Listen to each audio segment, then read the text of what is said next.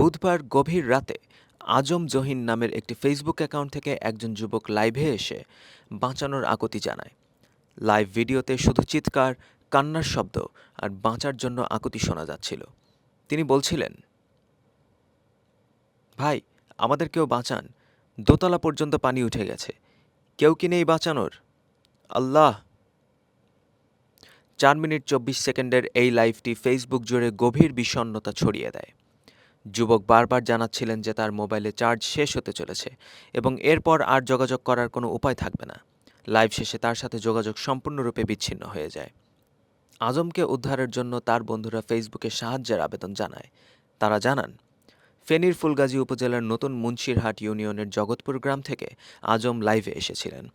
সেখানে বন্যা পরিস্থিতি ভয়াবহ হয়ে উঠেছে এবং পানি বাড়ির 2য় তলা পর্যন্ত উঠে গেছে।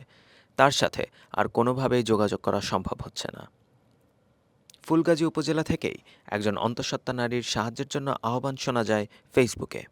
তার বাড়ি পানিতে ডুবে যাওয়ায় পরিবারসহ তিনি ছাদে অবস্থান করছিলেন এবং সেখান থেকে বাঁচার জন্য আকুতি জানাচ্ছিলেন। রাত 1:40 পর্যন্তও সেই নারী ও তার পরিবারকে উদ্ধার করা সম্ভব হয়নি। মধ্যরাতের পর থেকে আরও উদ্বেগজনক খবর ছড়াতে থাকে। বিভিন্ন স্বেচ্ছাসেবী সংগঠন জানায়, ফেনীর পরশুরামের সাথে আর যোগাযোগ করা যাচ্ছে না। পুরো এলাকা সম্পূর্ণ বিচ্ছিন্ন হয়ে পড়েছে। ফুলগাজী ও ছাগলনাইয়া এলাকায় পৌঁছানো সম্ভব হচ্ছে না। ছাগলনাইয়া, বিশেষ করে শুভপুর ইউনিয়ন ও উত্তর মন্দিয়া গ্রাম পানির নিচে চলে গেছে। ফেনী শহরের অধিকাংশ এলাকায় হাঁটু পরিমাণ পানি জমেছে। এদিকে ছোট পর্দার অভিনেতা জিয়াউল হক পলাশ রাত 1টায় নিজের ভেরিফাইড ফেসবুক পেজ থেকে ফেনীর ছাগলনাইয়া উপজেলার একটি গ্রামের মানুষদের উদ্ধার করার আবেদন জানান।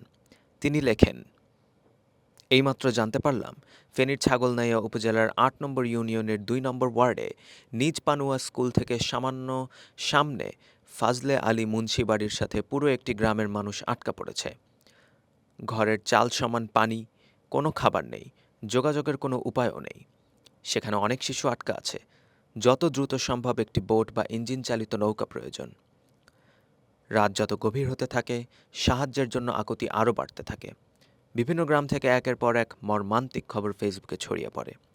বিশেষ করে ফেনীর ফুলগাজী, পরশুরাম ও ছাগলনাইয়া উপজেলার মানুষ নিজেদের বাড়ির ঠিকানা দিয়ে সাহায্যের জন্য পোস্ট করতে থাকেন।